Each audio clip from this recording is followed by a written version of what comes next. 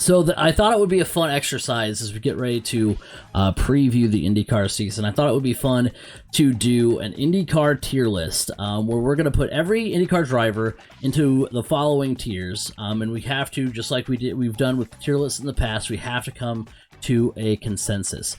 So we've got Alex Palou, 10 guesses who's going to be in that tier. We've got we've got championship contenders. We've got Joseph Newgarden. We've got race winners. We've got sneaky podiums. We've got average, and we've got traffic. I couldn't think of a better word to call it that. I kind of feel bad naming it that. It seems a little harsh, but those are some of the drivers that I don't think are really going to be super competitive. So getting going right away, let's go ahead and knock out kind of the easiest tier to file somebody into, and that's Alex Palou. I thought it would be funny to give Alex Palou a tier all of his own because he's earned it. I mean, with the season that he had a year ago, and now he's won 2 of the last 3 IndyCar championships. I mean, that's pretty impressive. Last season, he had 5 wins, 10 podiums. He had a 5-race stretch where he won the Indy GP and then won 3 straight at Detroit, Road America, and Mid-Ohio. In 2021, he had 3 wins and 8 podiums. So in those 2 championship seasons, he's got 8 wins and 18 podiums. He also won both titles by combined 116 points, which is a 58-point average. So the 2 years that he's won the title, he's been incredibly dominant, and I thought that was worth a tier all its own. Yeah, consensus. Alex Palou is on a level all to himself, until proven otherwise. You know, he is right now the most dominant driver, and I think week in, week out, it doesn't matter if it's an oval or if it's a road course. I mean, maybe less so on an oval, but road course, street course, Alex Palou is going to be right there battling till the very end. Yeah, so he is at the top of the tier list. The next tier is our championship contenders, and it's not a super long list. It's pretty much the people you'd expect. We've got Scott Dixon in there, because I mean, come on, 6-time IndyCar champion, won 4 between 2013 and 2020, with 2020 being his most recent title. He finished 3rd in points in 2022, second a year ago. He actually made it interesting down the stretch last year because it looked like Palou was just going to run away with things. And so the fact that at least, I mean, I guess, Palou still wrapped it up, at the second to last race of the year, but the fact that Dixon still made it, somewhat of a push was still pretty exciting. So Scott Dixon, obviously, in that championship contender tier. Yeah, I agree with Scott Dixon being there. He's the Iceman for a reason. He's the ageless wonder. I mean, it's not really a championship chase without Scott Dixon. So keep him there for me. I'm good with that one. Another driver I have in that tier is Joseph Newgarden. Since 2017, when Newgarden moved to Penske, these are his points finishes. 1st in 2017, 5th in 2018, 1st in 2019, 2nd every year from 2020 to 2022. He was 5th last year. We know how dominant he is on ovals, and 6 of the final 8 races are on ovals. So I could see him running off a stretch of wins to close out the year if he's in the mix in points. Like he has been, that might get him to title number 3. So I could see him having a similar stretch to what we saw Palou have, where he ran off 4 wins in 5 races, just because of his oval dominance. So Joseph Newgarden obviously deserves to be in that tier as well. Yeah, I mean, Milwaukee is a doubleheader. Is Iowa still a doubleheader? Yeah, I believe. Yep. So we all know his dominance at Iowa. The fact that there's been more ovals added to the schedule only helps Joseph Newgarden in his quest to win another championship. So yeah, I'm all for Joseph Newgarden being in the championship contenders. Moving on. Now the last driver I have in championship contenders, and B Scott, I think this is where we're gonna have a little bit of a discussion. I've got Kyle Kirkwood in here.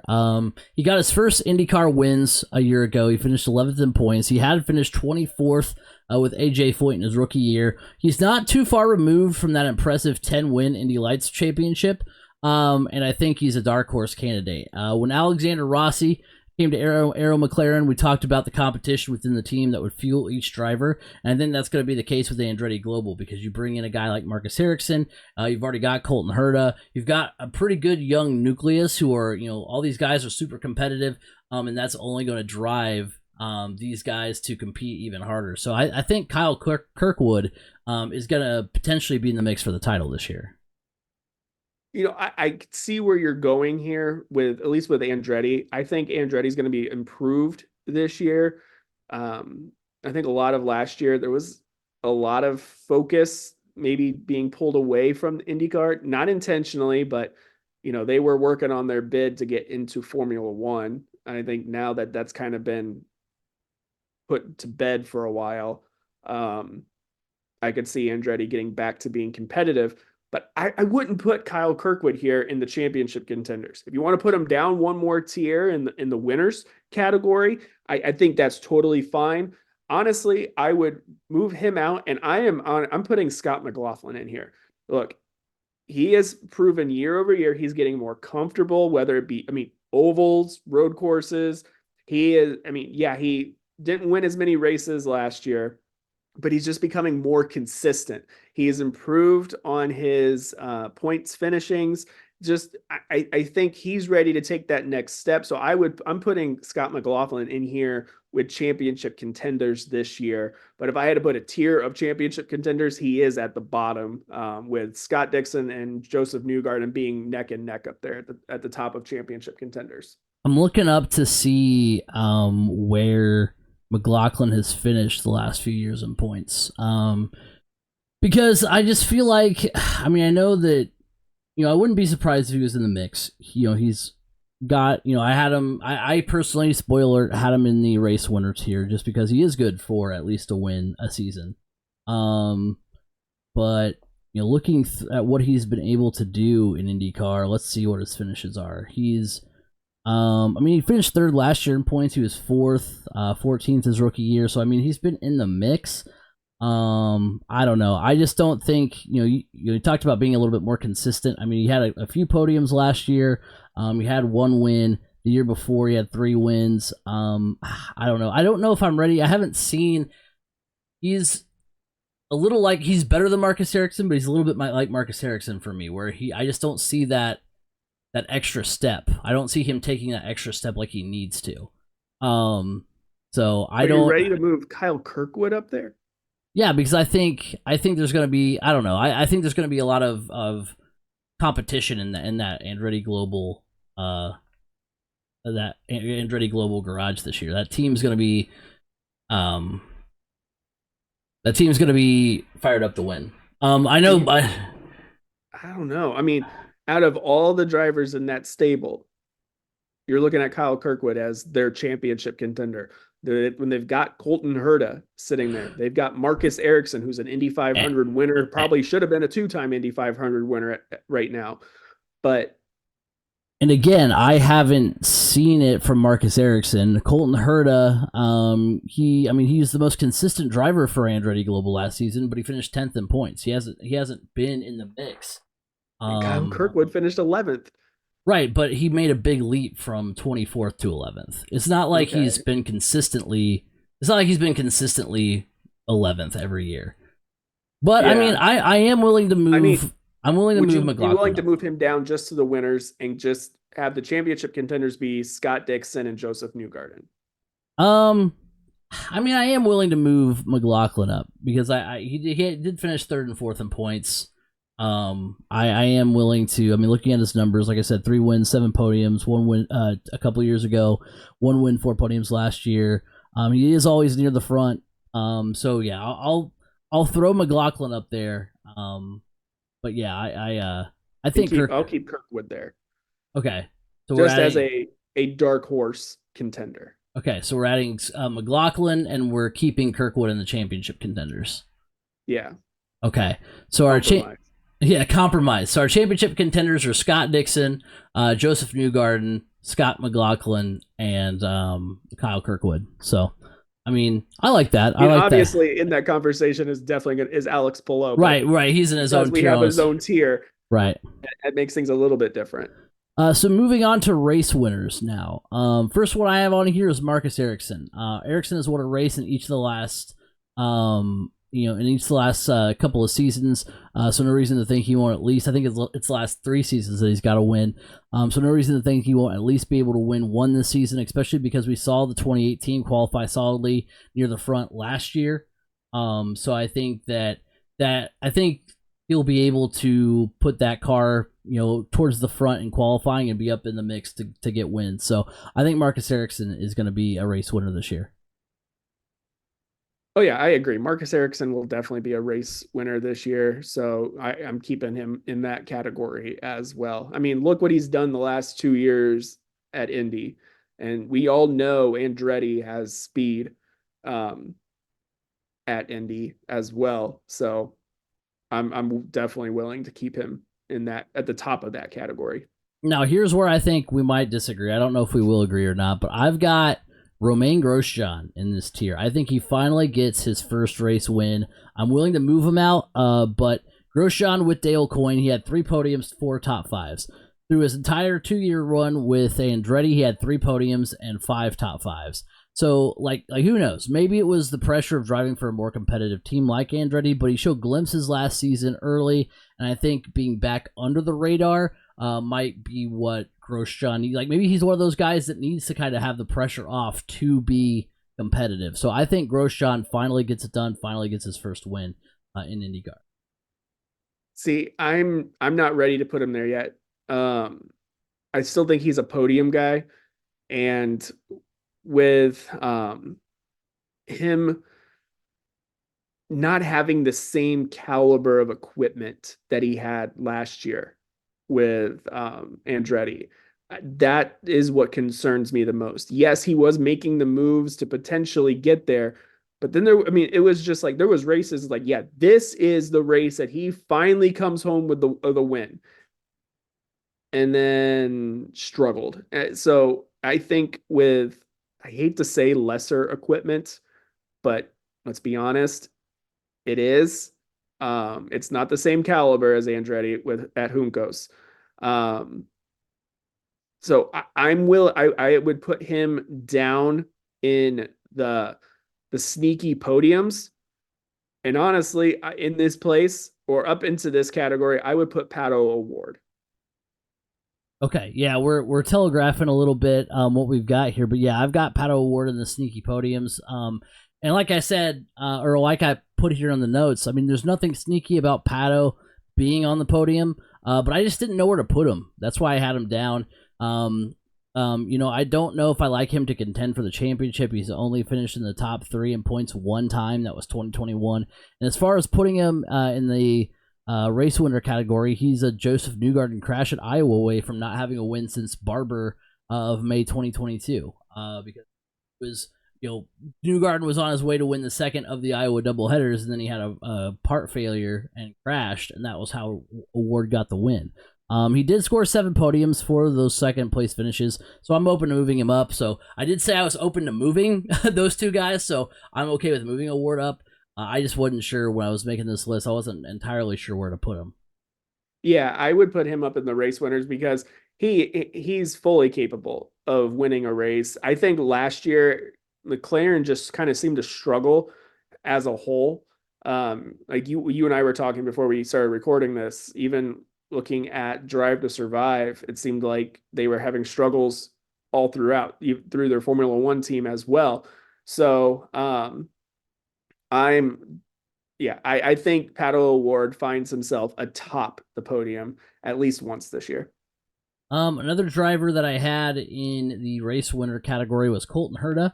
Last year was actually the first season where he did not have a win, but I think he gets back to form at least once this season. He was the most consistent driver, like I mentioned earlier, for Andretti Global, so I think he's going to find himself with a win again this year. Oh yeah, I totally agree. I wouldn't don't sleep on him at the Grand Prix and Indy in early May. He's got, I mean, he runs very well on that track at that time of year. So I agree. He is in the race winners category. Now, I've also got Christian Lundgaard here. 2023 was a much improved year for Lundgaard. He got his first IndyCar win, jumped from a 14th place finish in points in 2022 to an 8th place finish in points. You had 4 top 5s, 9 top 10s. So Lundgaard had a great season last year, and I think he'll have at least one win this year. Yep, I totally agree on that one as well. That is a driver that I think in the near future he could be contending for a championship.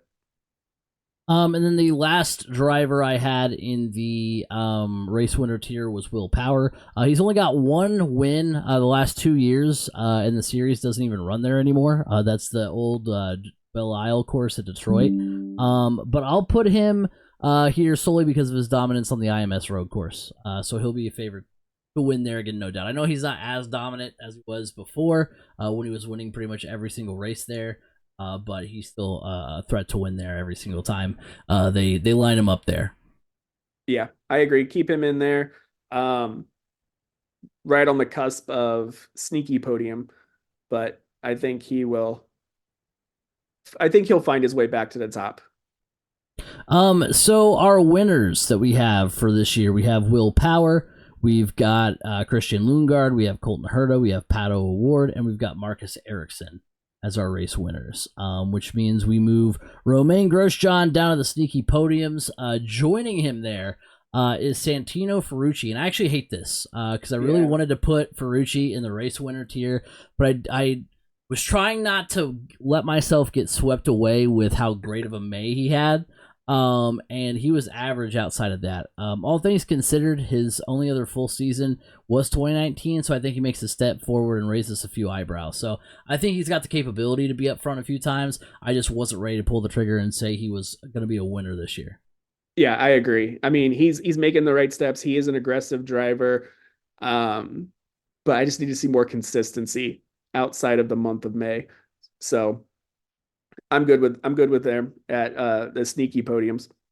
Next driver I have here is Linus Lundqvist. He is the 2022 Indy Lights champion driving for Ganassi, so I think there are some good runs in store for him. So I think he's got a chance to get the podium at least once or twice this year.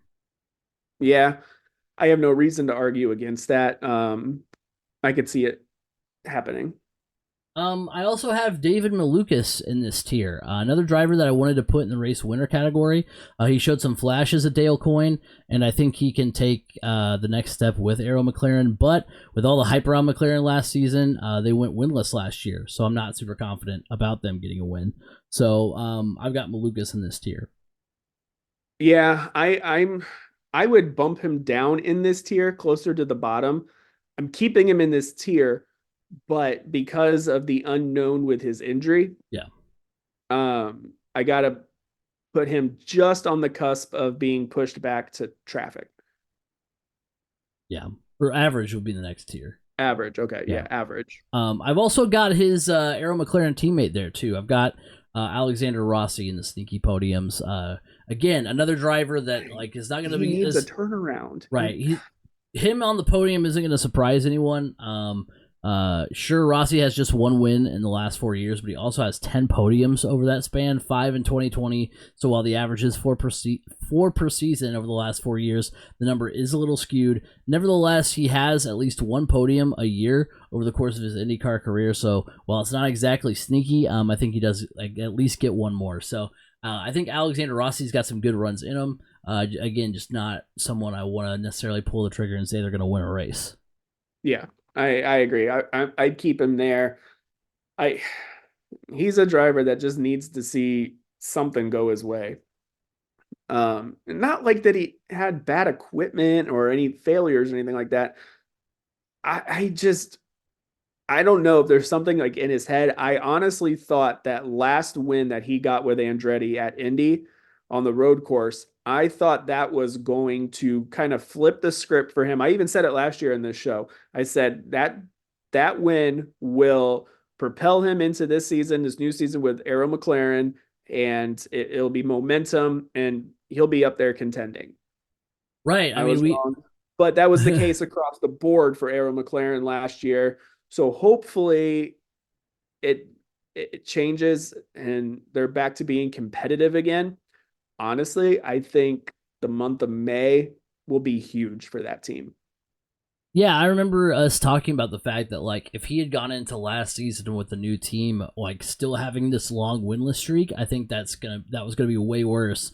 The fact that he got that win was really good, but yeah, just didn't do anything with it last year, like we were hoping he would.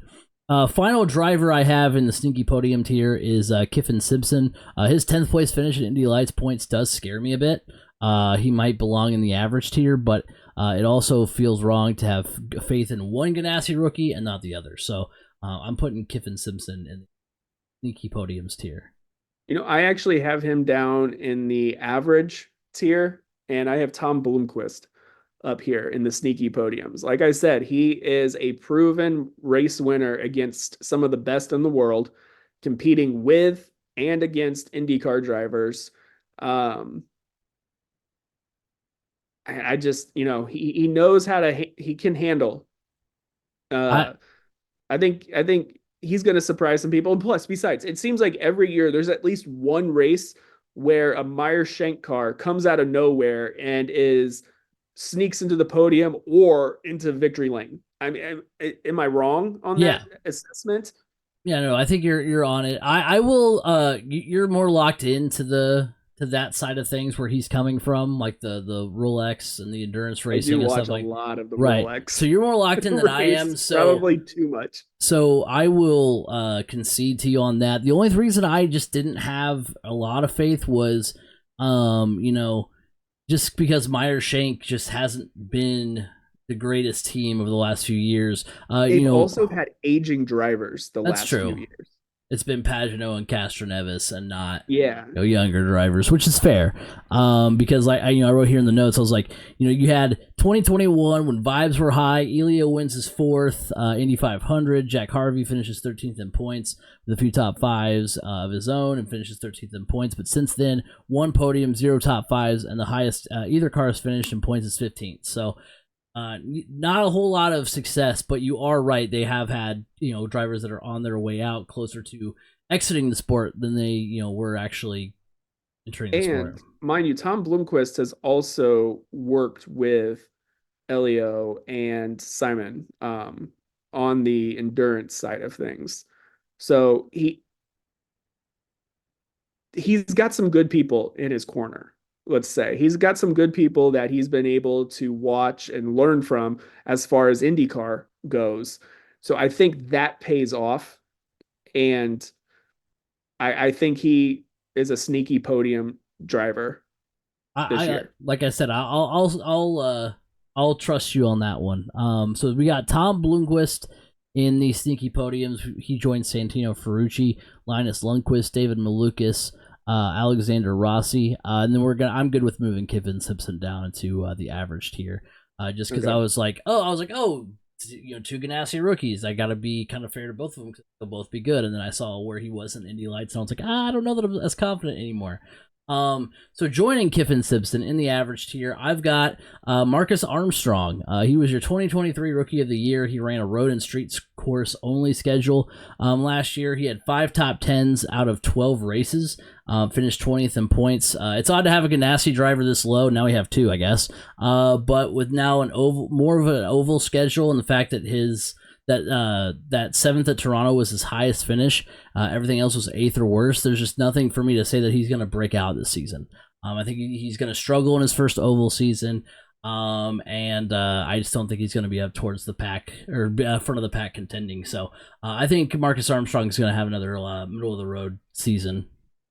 Yeah, I agree. And I wouldn't feel bad about putting 2 Ganassi drivers down or multiple Ganassi drivers down there. Um, Wait, he's not. Where is he now? He's not Ganassi. Marcus Armstrong? Yeah. I thought he is. So they're running 5 cars. 5 cars. Okay. Yeah. All right. I wouldn't feel bad about that because in the past, when Ganassi has run several cars, when you look at them, like a couple of years ago, you had Alex Palou, Scott Dixon, Tony Kanaan, Jimmy Johnson. Right. Jimmy And Johnson was not was not well, good. same thing with Tony Kanaan. He Yeah. wasn't exactly Right, in the lighting it up mix. either. So it is kind of, it was that top tier of Ganassi, and then the guys that were filling out the roster that could essentially help their teammates Right. up at the top. I think that gives me okay feeling of putting them further down, because of Alex Palou and Scott Dixon being all the way up at the top. I've also in the average tier have Pietro Fittipaldi. Fittipaldi. We've got a small sample size, 9 IndyCar races in his career, 5 coming in 2018. But I mean, he has a top 10 in there, driving for Dale Coyne in 2018. Such a topsy-turvy year for Rahal Letterman last year. But I also feel disrespectful calling a Fittipaldi traffic. So we'll have Pietro Fittipaldi up there. Yeah, I'll go with you on that one. I've also got Graham Rahal in the average tier. I want to say Graham has a podium or two in him this season, but he's got just 2 since 2021 and hasn't won since 2017. So I think he's set for another middle of the pack year. Yeah, I'm okay with Graham, considering the struggles that they had getting into the 500. Um, yeah, keep him there. I've also got Christian Rasmussen in this tier for Dale Coyne Racing last year, the 2024 Rookie of the Year candidate. Won 5 races, was on the podium 8 times, and finished top 5 11 times. That was an Indy Lights. So I think he'll be solid. I don't think he'll be great, but I think he'll run okay. Yeah, and there's always a track or two that all of a sudden a Dale Coyne car shows up, and it's like, oh, they've got some speed this week. So yeah, I'm good with that one. And then the final driver I have in the average tier is Rinus VeeKay. Just 2 top 10s and arguably his worst IndyCar season to date last year, and he's never finished higher than 12th in points. So I think Rinus VeeKay will be another middle of the pack driver. I actually have him down in traffic. I just don't think Ed Carpenter Racing is putting the necessary resources into it anymore. Or they just don't have the resources to do it anymore. Um, so I actually have Rinus VeeKay down in traffic, and I have Felix Rosenquist up in average. I'm not seeing it with Rosenquist, just because like I forgot that he had a run with Ganassi too. So he's driven for he drove for 2 of the top teams in the sport. And didn't really do a whole lot with it. His first 5 seasons at IndyCar, he drove for Ganassi and the Arrow McLaren. In that time, he has just 1 win, 6 podiums. Outside of his rookie season, when he finished 6th in points, he hasn't finished higher than 8th in points. And now he's with Meyer Shank. He's not with that superior equipment anymore. And I think he's going to continue to struggle. So actually, I don't think Rosenquist is in for a good year. Okay, I mean I'll go with that. Yeah, and I'm good moving. Who do we have? Rinus VeeKay. I'm good moving him down here too because I have Ed Carpenter down here as well. So might as well get the whole gang down here. Because I hate to say it about our boy Ed Carpenter. I love me some Ed Carpenter, but he just hasn't been competitive on his own oval only diet. 0 top 10s in the last 2 seasons. I hate to say it, but he needs to stop driving. I think they need to go down to 1 car, to be honest. Go down to 1 car for a while and focus in on getting back to being competitive. There's just too much, I don't know. It just doesn't feel right. Like they've even lost their speed and their ability to be competitive at Indy. And it's like, well, what happened there? Where did that go? Right. I feel like Ed doesn't drive the same tenacity that he used to. He's very hesitant out there, which, that happens. It's fine. But I think it's time for him to step away from being behind the wheel and focusing on getting the equipment better and getting the team back to being competitive. I forgot we didn't recap the average tier. I've got Kyffin Simpson, Marcus Armstrong, Pietro Fittipaldi, Graham Rahal, Christian Rasmussen. But yeah, no, I'm right there with you. I mean, he's a last podium for Carpenter was 2019. So like they've, I remember we would talk about them as being like dark horses to potentially win the 500, and they haven't even been near that capability these last few years. It was weird because VeeKay used to have awesome speed there. And then all of a sudden, it was just like the bottom fell out, and it was Mhm. just what happened? Like, did they not keep up with the changes or something? I just don't know what happened there. And it's really hard to figure out. Right. Like, they went from being one of the faster teams to absolutely struggling in Indy. I've also got Augustine Canapino down here in traffic. 3 12th place finishes are the closest he got to the top 10 last year. Average finish was 20th. So I don't think he'll have a very good year. So yeah, I've got Augustine Canapino down there. Yeah, I agree with that one. And then finally, Stingray Rob. It's unfortunate that the guy with the best name in the series can't find more success, but he finished outside the top 20 in 12 of 17 races last season. I don't see that changing much. So Stingray Rob is in the traffic tier as well, unfortunately. Yep, unfortunately. So we've got in the traffic tier, we've got Renus VK, we've got Augustine Canapino, we've got Ed Carpenter, we've got Stingray Rob, and we've got Felix Rosenquist. So there it is. That's our IndyCar tier list. And we'll kind of revisit this when we talk about when we talk about the championship race at the end of the year. We'll come back and see where we were right, where we were wrong.